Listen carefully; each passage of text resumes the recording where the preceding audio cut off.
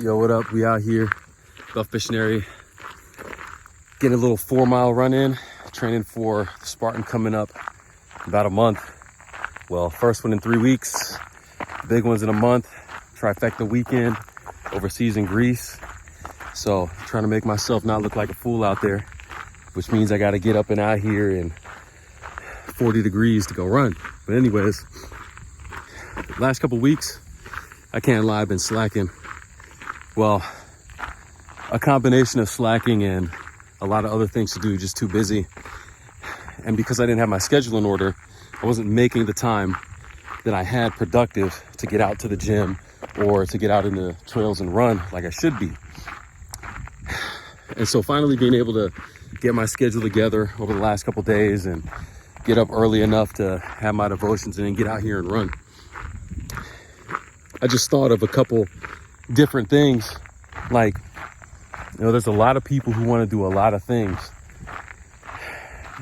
And it's interesting because you end up getting comfortable looking at the things you want to do, but never actually doing them.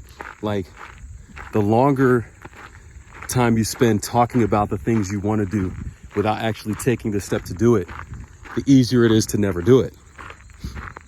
But on the contrary, it's funny, like the hardest part is just that first step. And once you can do the first step, you find out that everything after the first step isn't as bad as you thought it was going to be. I was teaching some of the gymnastics team some back tucks. And it's like, all you have to do is jump and pull your knees. And essentially you can learn the tuck. And the hardest part is getting over that fear in your mind of, man, what's going to happen to me when I'm upside down? But the thing is, once you actually send your knees, you realize that you get over pretty easily. If you're going to try it with a spot first. But it's like, I remember my first experience with the tuck, and I always wanted to come out of it and bail out of it before I actually got all the way around. And that actually was putting myself in a position where I could get hurt more because I'd land and crunch my ankles as opposed to just staying in the tuck and going all the way around, because the worst that would happen is that I could just land on my back. Same thing out here with the running. It's like there's that fear of, man, I'm not going to be able to get it done. But I can't get it done unless I get out here and do it. What are the kind of goals that you have that you've been looking at or talking about and not doing anything about? Can you identify that fear point, that hardest step, that first thing that you need to do?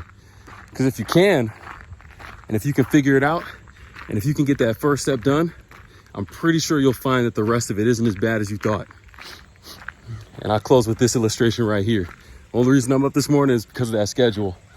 And the last part I had to do was figure out when I was going to wake up. 7:30, which doesn't sound ridiculous, but for me, it's been tough. A lot of late nights on the job, so it's a challenge. But once I actually wrote it in on the schedule and woke up and got past that feeling of fear, like, shoot, man, I'm gonna be too tired. I'm not gonna have the energy I need to get through this day. Next thing you know, get my devotions in, which I've also been struggling in, like I talked about in another video, and I'm out here getting the run in. So baby steps, find that fear point, identify it, put it on the schedule, figure it out, and then execute. And again, I'm done now and I feel great. And I'm gonna get up and do it again tomorrow. So it's Buff Missionary. And we out. Let's get it.